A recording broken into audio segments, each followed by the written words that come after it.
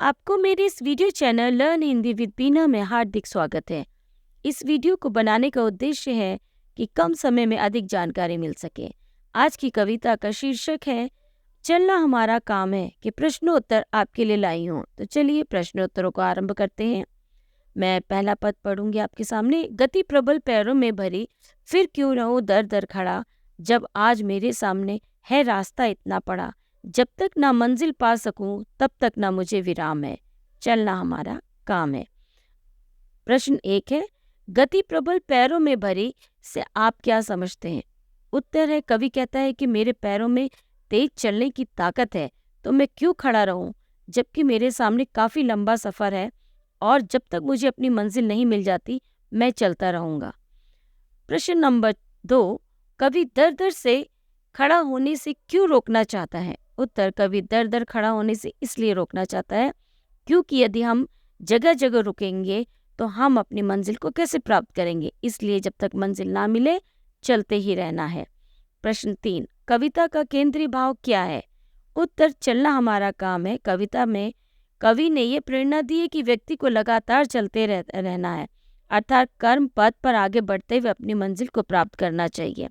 इसके लिए रास्ते में अनेक व्यवधान आएंगे, आशा निराशा सुख दुख और अच्छे बुरे का अनुभव उन्हें मिलेगा, परंतु हमें अपनी ताकत और लगन से आगे बढ़ते हुए सफलता प्राप्त करना है। प्रश्न 4, कविता का उद्देश्य लिखिए। उत्तर है, कविता का मुख्य उद्देश्य व्यक्ति को अनेक रुकावटों को पार करते हुए लगातार आगे बढ़ते जाना चाहिए, अतः सभी परिस्थितियों में संतुलन रखते हुए लगातार आगे बढ़ते रहना चाहिए। प्रश्न 5, पथिक का क्या काम होता है, उसे विश्राम कब करना चाहिए? उत्तर, पथिक का काम कर्म पथ पर चलना है, उसे तब तक विश्राम नहीं करना चाहिए जब तक कि उसे उसकी मंजिल ना मिले। प्रश्न 6, रास्ता इतना पड़ा है ऐसे कवि का क्या अभिप्राय है? उत्तर, रास्ता इतना पड़ा है कवि का यह अभिप्राय है कि अभी वो अपनी मंजिल तक नहीं पहुंच पाए हैं, उन्हें अभी लंबा सफर तय करना है जब तक कि उन्हें उनकी मंजिल ना मिले। प्रश्न 7, पथ पर चलने वालों के बारे में बताएं। उत्तर, पथ पर चलने वाले राही या पथिक होते हैं जो अपनी अपनी मंजिल पाने के लिए चलते हैं, पर कुछ राही रुक जाते हैं, कुछ बिछड़ जाते हैं और कुछ लगातार आगे बढ़ते जाते हैं। प्रश्न 8, शब्दार्थ। गति का अर्थ है रफ्तार, दर दर, प्रत्येक दरवाजा, रास्ता, मार्ग, विराम, आराम या विश्राम। पद 3 है, जीवन अपूर्ण लिए हुए, पाता कभी खोता कभी, आशा निराशा से घिरा हंसता हुआ रोता कभी, गति मति न हो अवरुद्ध, इसका ध्यान आठों याम है। प्रश्न 9, कवि जीवन को अपूर्ण क्यों कह रहा है? उत्तर है, कवि जीवन को अपूर्ण इसलिए कह रहा है क्योंकि मनुष्य की इच्छाएं आकांक्षाएं बहुत होती हैं, परंतु वह सब पूरी नहीं होती हैं। जीवन में अनेक उतार चढ़ाव आते ही रहते हैं। प्रश्न 10, आठों याम से कवि का क्या अभिप्राय है? उत्तर, कवि का आठों याम से अभिप्राय यह है कि मनुष्य को रात दिन मेहनत करना चाहिए। रात दिन मिलाकर 24 घंटे होते हैं, इस प्रकार रात दिन में 8 भाग होते हैं, इसलिए हमारी चाल और बुद्धि की गति, उसकी सोचने विचारने की गति लगातार बनी रहनी चाहिए। प्रश्न 11, आशा निराशा से घिरा पंक्तियों के माध्यम से कवि क्या कहना चाह रहे हैं? उत्तर, यहाँ कवि ये कहना चाह रहे हैं कि जीवन में सुख दुख, आशा निराशा, सफलता असफलता, हार जीत आदि आते जाते रहते हैं। मनुष्य को इन सभी परिस्थितियों का सामना हिम्मत से करते हुए निरंतर आगे बढ़ना चाहिए। प्रश्न 12, हमें सुख दुख को कैसे देखना चाहिए?